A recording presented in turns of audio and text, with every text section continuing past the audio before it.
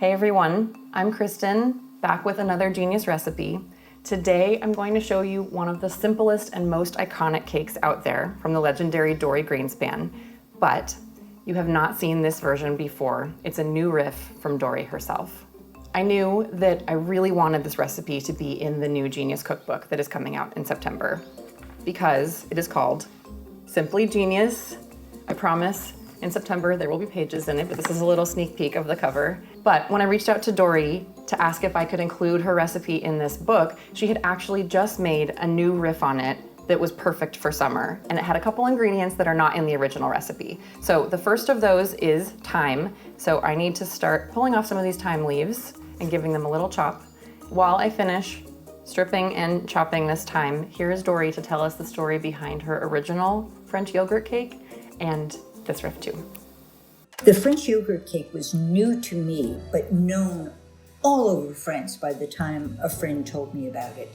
It's a cake that, if not everyone, then 99.9% of home bakers bake in France. It's like everybody's cake. It's the cake you would make if people were coming for dinner. You would take it to your kid's school. You'd take it on a picnic.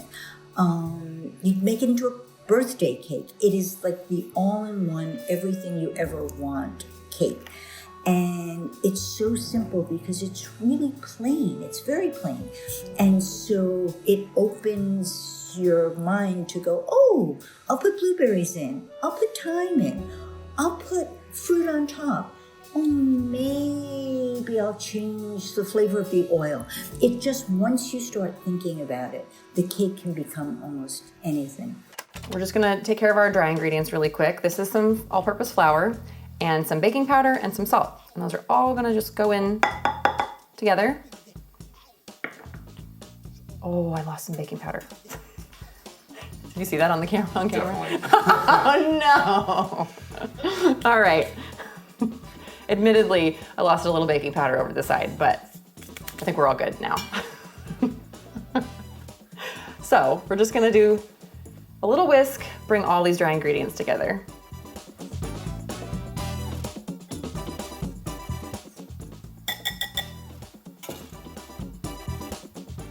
That's it, cut.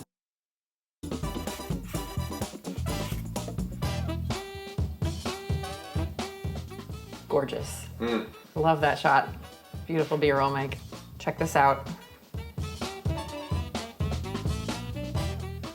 I'm just pinching this lemon zest and this thyme into this sugar, and it's gonna totally transform. While I keep working this in, let's check in with Dory to find out the story behind pinching in this lemon zest and now thyme in this version. The Swish Trick, this is my favorite. So I learned Pierre Hermé, the French pastry chef, taught this to me in the most nonchalant way. We were baking together and he grated the lemon zest onto the sugar and started to just mash and press and smush the zest into the sugar, and all of the oils went into the sugar, and you could smell the lemon and you could see the sugar get moist. And this was something that he just took for granted. He'd been doing it all the time. And it was a revelation for me. And so when I learned that, I never stopped using it. If I have a chance to smush, I smush. And so I added the smush to the cake. So if it's lemon, you smush. If it's thyme, you smush. If it's rosemary, you smush. If it's vanilla, the paste in the inside of a vanilla bean, you smush. Smush as many times as you can. It just kind of almost doubles up the flavor of anything. Smush. Okay, look at how different that is. Isn't that cool? Every time I do this, I am just shocked at how much it transforms from just the dry, raw sugar with the lemon zest and the thyme, and how much moisture comes out from the oils in that lemon zest and in that thyme. It's like wet sand now. And I can't tell you how amazing this smells too. Super lemony, and then the thyme as well. We're just going to add in most of our wet ingredients, starting with our yogurt, which Dory does specify that the yogurt and the eggs should be at room temperature. If you forget to pull them out in advance and let them come to room temp, like I almost always do, don't worry, there is a great hack for that. Basically, you're just putting them in some warm water.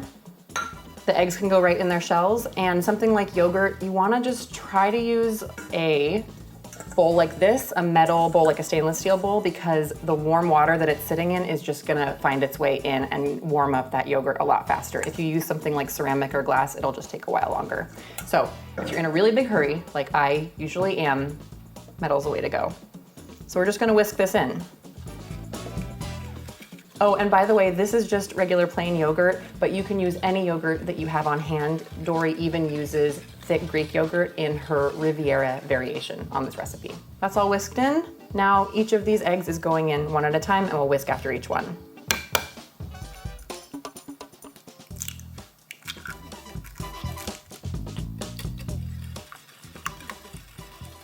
And then after you add the last egg, Dory says to give it a few last energetic beats to make sure it's all really well combined.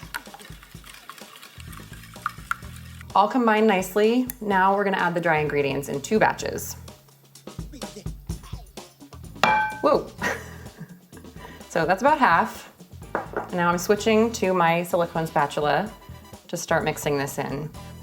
And at first, it might not look like it's gonna combine, but don't worry, it will. And that's part of why we do this in 2 batches, so that we can work in the first bit and then go for the second. She dumped it all in at once. It might kind of turn into one big lump. If there's tiny lumps, don't worry about it, because we're going to be working in this next ingredient and it's gonna smooth it all out perfectly, promise.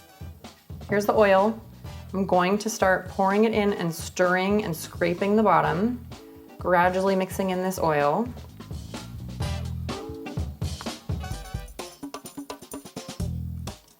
Okay, wow, that batter is gorgeous. I also love the oil in this cake because it helps make cakes that are very resilient against overmixing, and it helps them keep longer than butter-based cakes, but you still get plenty of flavor in here from the yogurt. Batter's ready. It's the perfect time to add our last ingredient, the blueberries. The blueberries are new to this particular riff, but you could use other berries, you could use chopped up juicy peaches, why not? But let's find out more from Dory about how she likes to riff on this back pocket recipe. The cake is plain in the best, most delicious way, and it lends itself to being riffed on in terms of shape. So you can I make it in a loaf pan most often, but you can make it in a round cake pan. You could make it in a brownie pan. You could make it in a sheet pan. So you can riff by changing the form. You can add flavor to it. You can glaze it. Sometimes I just top the cake with some warm marmalade or jam. Lemon curd would be good. You can make cupcakes out of the batter, and so put in a little of the batter, put something in the middle and hide it with the batter, and so you can have a little jam inside. Or there's just, once you get to know this cake very quickly. Make it once and you'll understand it and love it. And once you do, you just start thinking of ways to play with it. It comes really naturally. It's a fun cake. My oven is at 350 degrees Fahrenheit. I have my 8.5 inch by 4.5 inch, or 9 by 5 if that's all you have, that's fine. Loaf pan, generously buttered with softened room temp butter, and my butter's going in.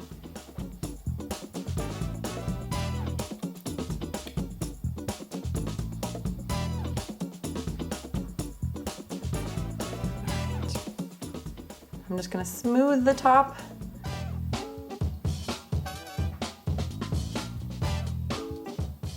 And this is gonna be in that 350 oven for about 55 to 60 minutes, or whenever it's golden brown and a toothpick comes out clean.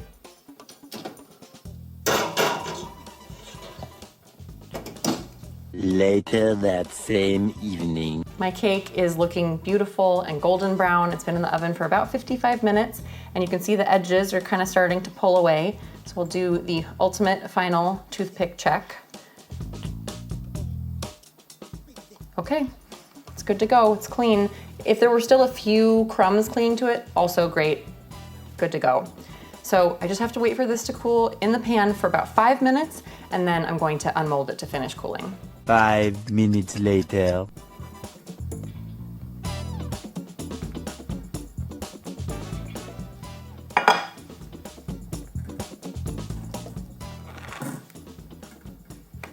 Right.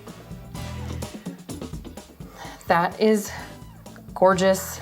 We just need to be patient and let it finish cooling all the way. And in the meantime, here's Dory to tell us some of her favorite ways to serve this cake. This is like my house cake. So I heard, who was it? Somebody used the expression counter cake. A cake that you just put on the counter and it's there for the weekend. Anybody who comes into the kitchen can just cut a slice. This cake is a counter cake. You can make it on Friday. You can have it all through the weekend. I love to do that. And I also like to take it, sometimes I'll dress it up a little bit and I'll take it to a friend. So I might cut the loaf cake into 3 layers and put some jam or put some cream inside. Mostly though, I leave it plain. I take it with me if I'm visiting friends or if I'm going outside. I love picnics. It's a good picnic cake. And you can dress it up if you want to. I love it plain. This cake is nice and cool. We can slice. Oh. Wow.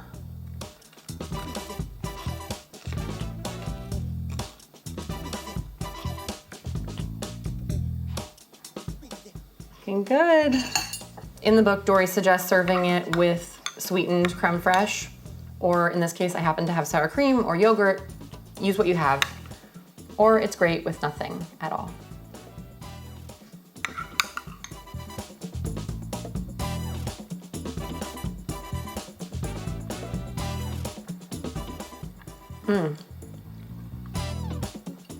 I want another bite.